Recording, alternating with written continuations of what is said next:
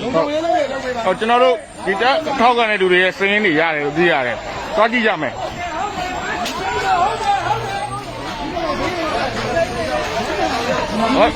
ကျွန်တော်မြည်စီလာပါဒါဘာစင်းနေလဲမသိဘူးအခုကျွန်တော်တို့ကဖမ်းမိရတဲ့လူတွေကစင်းနေမှန်တော့လေးစားပုံနဲ့ဆင်းပုံနဲ့အဲ့လိုမျိုးတွေမှန်တော့ရဲတက်ရင်အတိတ်ကြီးပါလားဟုတ်တယ်အခုရဲတက်ရင်အတိတ်ကြီးပါရဲတက်ရင်6ဒါပြီးဟိုဘာလေးကစင်းနေပေါ့ဒါလူနာမည်ဒါလူနာမည်တော့တယောက်ချင်းဟာဖြစ်ပါလိမ့်မယ်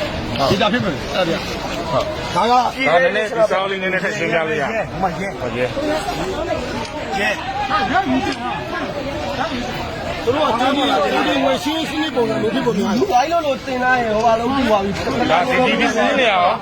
ရဲတက်ရင်6ဟုတ်လားမှန်နော်ဂျုံနေဘလို့ဒီမှာနာမည်ရောပါတယ်အဲ့ဒါမတောင်းရိုက်မရဲရဲမှာတောင်းရိုက်ရဲတက်ရင်6ဟုတ်ရဲပါရဲတက်ရင်တွေ့ခဏလောက်ကြည့်မယ်နော်ခဏပါပဲခဏဒီပြပါရဲတက်ရအောင်ရေးကိုလေးရှင်းနေဟုတ်တယ်မှာကိုနာမည်လေးနဲ့ငွေပေးတာရှိခဏပါ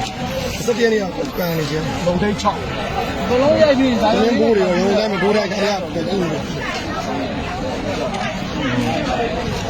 ဒါတော့သူ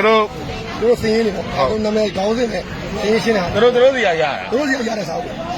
ဘယ်လိုမျိုးရလဲမဒီစာအုပ်ကားပေါ်မှာသူတို့ဖမ်းတဲ့ခါကားပေါ်မှာကျန်တဲ့စာအုပ်ဟောအဲ့လိုမျိုးဟုတ်တယ်ကားဒီမှာရှိတယ်ကားဒီမှာရှိတယ်ကားကြားလည်းရှိတယ်